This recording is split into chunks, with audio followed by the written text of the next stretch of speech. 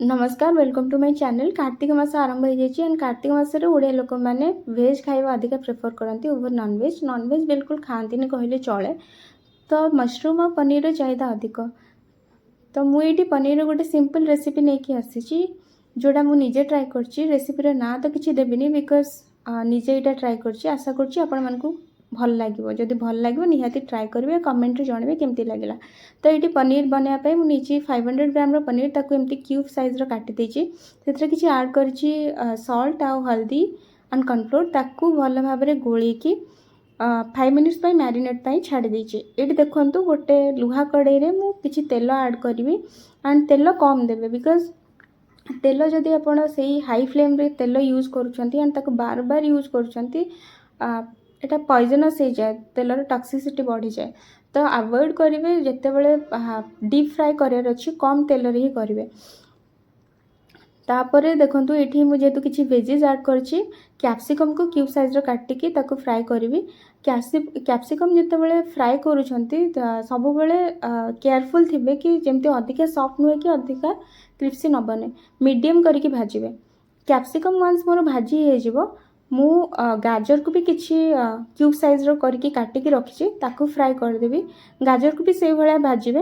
Once गाजर जदि fry हो सारा गाजर हो सारापर मुझे आड कली किसी पनीर को भी अधिका हार्ड करें कि अधिका सॉफ्ट रखें मीडियम करके भाजबे। पनीर ये देखो मुझे भाजुची पनीर वंस भाजी हो ये देखो लुहा कड़े गोटे भल जिनस कि कॉर्नफ्लोर देलापर भी एटा चिपकुनी। पनीर हो गला मोर ये रेडी। पनीर हो सारापर मु मसाला रेडी करी। मसाला रे बहुत सिंपल जिनस मु ऐड करी एंड रसुण ऐड करनी। रसुण ये ऐड करनी जो पनीर आइटम बनाऊँच रसुण टाक टे अवॉइड करेंगे। मत जहाँ फिल हुए रसुण देले पनीर टेस्ट खराब हुए। बाकी जिनस आप ऐड करें। तो मसाला रे मु सिंपल नहीं जीरा किसी चारमगज एंड काजू 4-5टी फास्ट नहीं पर इच्छा है टिके अधिका ग्रेवी भल बनवाई तो आउ 2-3टा ऐड करी।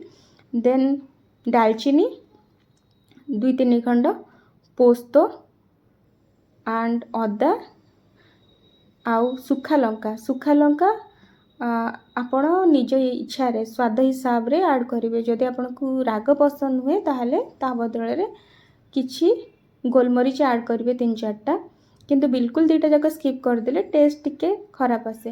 आती जेहेतु मो पाखे धनिया नथिला धनिया गोटा धनिया देले ही टे टेस्ट बेटर आसे मुझे पाउडर धनिया नहीं आपण पाखे जो गोटा धनिया अवेलेबल अच्छी ट्राए करेंगे गोटा धनिया ना पाए एमती ये किसी पानी देकी ताको किसी समय भिजापी छाड़देवे।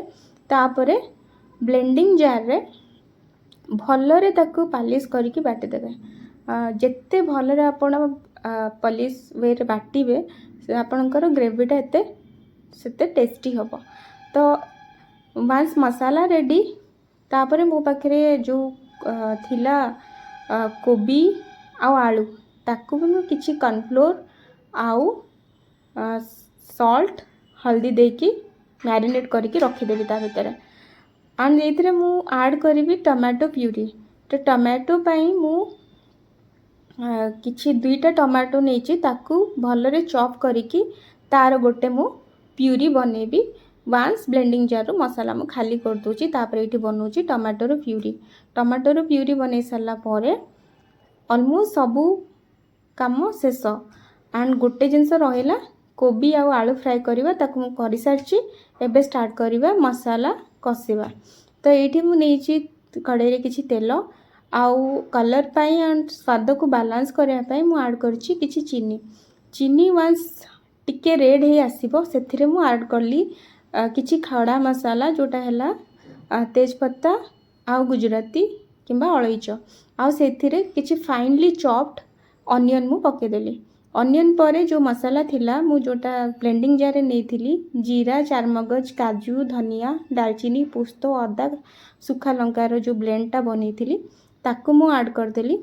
एबे ताकू मु कषिया छाड़बी से पर्यंत कषिबी जो पर्यंत साइड रू मोर कड़े तेल न बाहरी से ऐड कली किसी टर्मेरिक हल्दी बेसी देवेनी बिकज आगरू ऑलरेडी जहाँ भी भेजिस आ पनीर अच्छी से हल्दी ऐड होता ୱାନ୍ସ ମସଲା ଟିକେ କଷି ହେଇଯିବ ସେଥିରେ କିଛି ସଲ୍ଟ ଆଡ଼୍ କରିବେ। ସଲ୍ଟ ଆପଣଙ୍କ ସ୍ୱାଦ ଅନୁସାରେ, ସଲ୍ଟର ଆମାଉଣ୍ଟ ମୁଁ କହିବେନି। ୱାନ୍ସ ମସଲା କଷି ଆସିବ, ସବୁଠୁ ଲାଷ୍ଟରେ ଆପଣ ଟମାଟୋ ପ୍ୟୁରି ହେବ। ଆମେ ଗୋଟେ ଭୁଲ କରୁ ତରକାରୀ ବନେଇଲା ବେଳେ, ମସଲା କଷି ହେବା ଆଗରୁ ଟମାଟୋ ଦେଇଦେଉ, ଯେଉଁଟାକି ମସଲାଟା କଞ୍ଚା ହେଇଯାଏ। ତ ସବୁବେଳେ ଟ୍ରାଏ କରିବେ ସେଇଟା ଆଭଏଡ଼ କରିବା ପାଇଁ। ୱାନ୍ସ ମସଲା କଷି ହେଇଗଲା, ସେଥିରେ ମୁଁ ଆଡ଼୍ କରିବି ମସଲା ବ୍ଲେଣ୍ଡିଂ ଜାର୍ରେ ଆଉ କିଛି ଯଦି ରହିଯାଇଥିବ ତାକୁ ପାଣି ଟିକେ ଦେଇକି ଅଳ୍ପ ପାଣି ମସଲା ଫୁଟେଇ ଦେବେ। ତାପରେ ଆଡ଼୍ କରିବେ ପନିର ଆଉ ଭେଜିସ୍ରେ କ'ଣ ରହିଲା, କ୍ୟାପ୍ସିକମ୍, କୋବି, ଗାଜର ଆଉ ଆଳୁ। ଏଇଭଳିଆ ଭଲ ଭାବରେ ତାକୁ ଘାଣ୍ଟି ନେବେ ଆଉ लो फ्लेम्रे रखिए, नले लो मीडियम फ्लेम्रे रखिए। देखो आपणकर रेडी हो सारे। आउ या पर जदि चाहिए आप गरम मसला टिके स्प्रिंकल करदेवे। ये रेडी हो गला आपणकर करी। एंड केमिति लागिला रेसिपीटा निहाती भाव में ट्राए करिकी जणेबे, बहुत टेस्टी लगे। एंड आप जदि बिना पियाज बनवाई चाहूँगी ताको आराम से बनई पारे। एंड लास्ट जब ग्रेवी रखापी चाहूँगी सब मन रखिए गरम पानी देवे। एथिरे टिके नखउसुम गरम पानी देले तरकारी टेस्ट खराब हुए। जब ठंडा पानी ढाली दौरान ताहले तरकारी टेस्ट खराब आसो। आ बिना पियाज बनवाई चाहिए पियाज स्किप करदे, खाली रे भी बनइबे, टेस्ट सेम ही रहिबो, किछि भ्यारी करिवनी। सो कार्तिक मास पर यहाँ गोटे बहुत ही भल रेसिपी बिना पियाज रसुण वाला नॉनवेज छाड़ुसा। Thank you.